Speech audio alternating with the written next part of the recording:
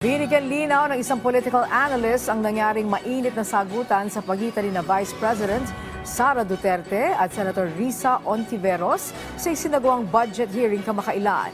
Ayon kay Professor Antonio Contreras sa kanyang segment na Punto de Vista sa Rise and Shine Pilipinas, nararapat lamang na busisiin ng mga kinauukulang partikular na ng Senado at Kongreso ang budget proposals ng mga ahensya ng pamahalaan, kasama na nga rito ang Office of the Vice President. Ito anya ang matatawag na mabuting pamumulitika dahil ang pagkwestiyon sa mga hinihinging pondo ay para sa kapakanan ng mga Pilipino at hindi sa pansariling interes lamang ng mga namumuno. Ang budget hearing ay isang political na proseso. Ito'y bahagi ng tinatawag nating checks and balances.